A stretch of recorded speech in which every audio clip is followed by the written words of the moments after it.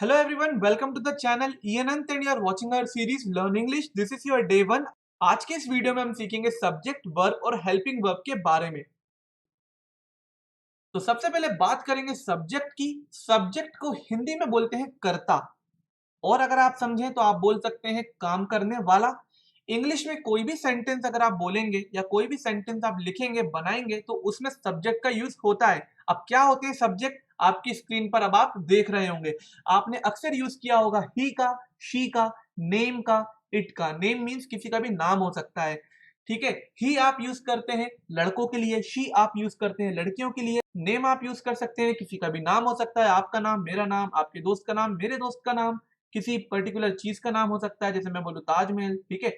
It का भी काफी यूज किया जाता है जो भी हम सेंटेंस बोलते हैं इंग्लिश में। ही का मतलब हो जाएगा वह या उसे, शी मीन्स भी वह या उसे, नेम मीन्स किसी का भी नाम, इट मीन्स यह। तो ये जितने भी सब्जेक्ट अभी आप अपनी स्क्रीन पर देख रहे हैं इनको बोला जाता है सिंगुलर सब्जेक्ट।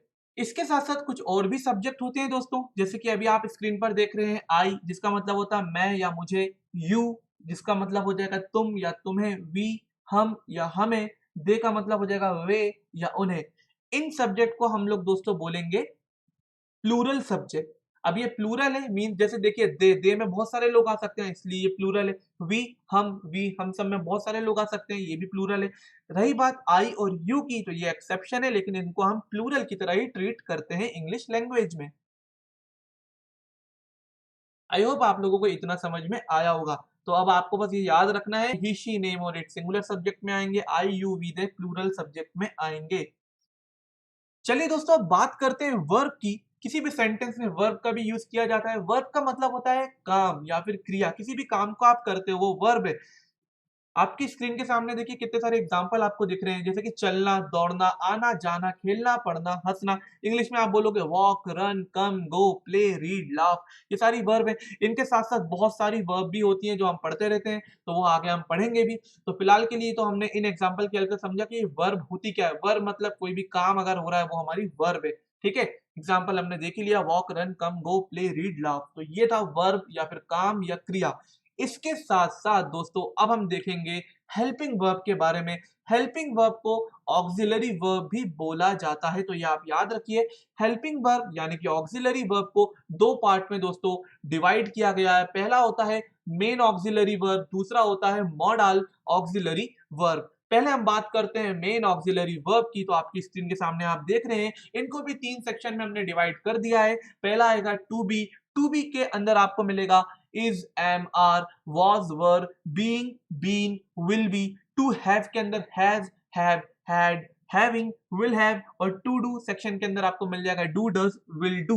अब ये आप सोच रहे होंगे क्या है, तो मैं आपको बताता हूं।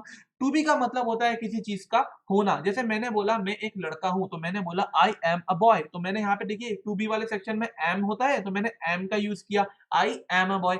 मैंने बोला आप एक लड़के हैं, तो मैं यूज करूंगा you, you are a boy. तो देखिए टू बी वाले सेक्शन से मैंने आर का यूज किया, you are a boy, are का यूज किया।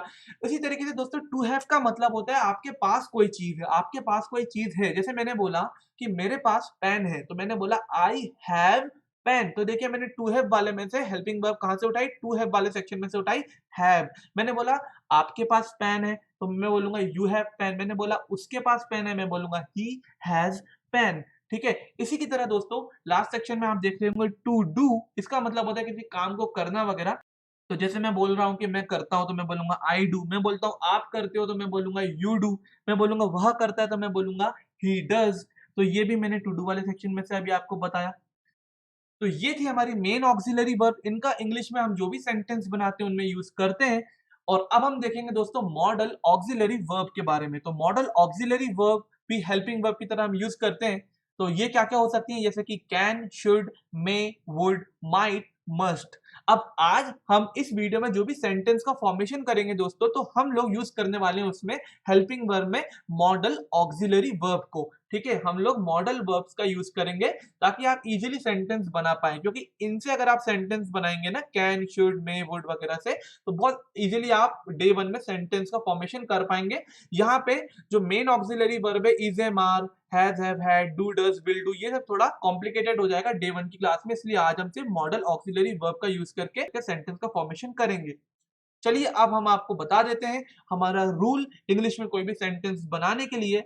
तो डे 1 में हमारा जो रूल है वो रहेगा subject plus helping verb plus verb. मतलब आपको कोई भी सेंटेंस बनाना है तो आपको सब्जेक्ट पता होना चाहिए, आपको हेल्पिंग वर्ब पता होना चाहिए और आपको आपकी वर्ब पता होना चाहिए। चलिए देखते हैं example.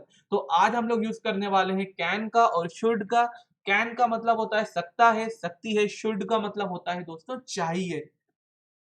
Subject plus helping verb plus verb, ये है हमारा रूल।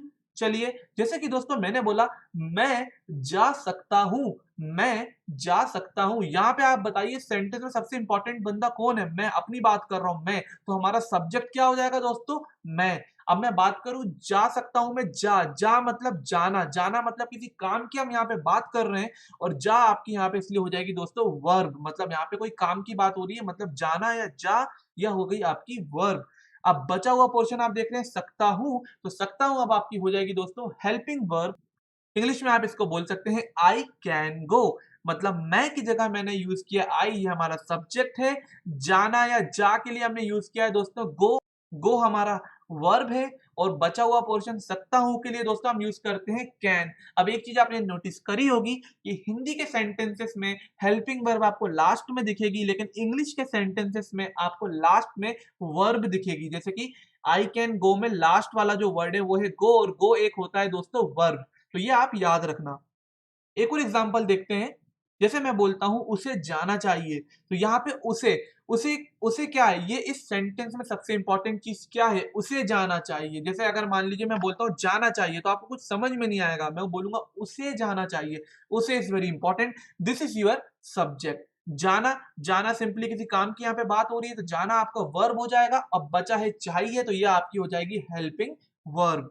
इंग्लिश में आप इसको बोलेंगे ही शुड गो। तो ही उसे के लिए हमने यूज किया, जाना मीन्स हो जाएगा गो, और चाहिए के लिए हमने दोस्तों यूज किया है शुड। तो इस तरीके से आप कैन और शुड का यूज करके सिंपल सेंटेंसेस बना सकते हैं। अब दोस्तों आपके लिए कुछ यहाँ पे सेंटेंसेस मैं दे रहा हूं, ट्रांसलेट करिए और कमेंट सेक्शन में कमेंट करिए। मुझे पढ़ना चाहिए, रमेश खेल सकता है, हमें खेलना चाहिए, रोहित को हंसना चाहिए, बच्चों को स्कूल जाना चाहिए, वह बोल सकता है। तो ये आप कमेंट सेक्शन में कमेंट करिएगा, कोई प्रॉब्लम होगी तो मैं आपको रिप्लाई कर दूंगा। तो दिस इज आवर डे 1। आज हमने सीखा सब्जेक्ट के बारे में, वर्ब के बारे में, हेल्पिंग वर्ब के बारे में, सिंपल सेंटेंसेस को बनाने के लिए एक रूल देखा। तो मिलते हैं अगली क्लास में, तब तक के लिए दोस्तों टेक केयर।